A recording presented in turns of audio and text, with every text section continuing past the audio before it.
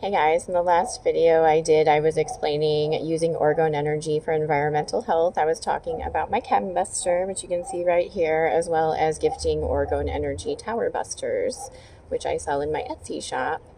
And I wanted to talk a little bit about the Chembuster today. So the Chembuster is the modern day version of the Wilhelm Reich Cloudbuster, and I wanted to briefly explain what is the difference between the two. So back in the day, Wilhelm Reich discovered what he called orgone energy and was doing his experiments with his orgone accumulator boxes as well as his Cloudbuster, which he was using to affect the sky and affect weather patterns.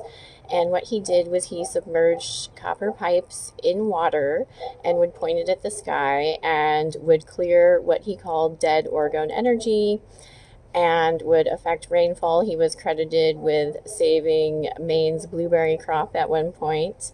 And he had very good outcomes from his experiments with his Cloudbuster. But the problem with the Cloudbuster is that it wasn't a filter. It would accumulate this dead orgone energy. So it was essentially pulling this dead orgone energy into the water so people could get sick from touching the water, and it was toxic after being used.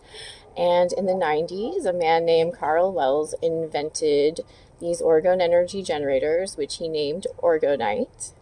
And he, found that by putting the little metal shavings in a mix of resin, that you can create scalar energy and thus orgone energy. So it's an orgone energy generator, and this acts as a filter.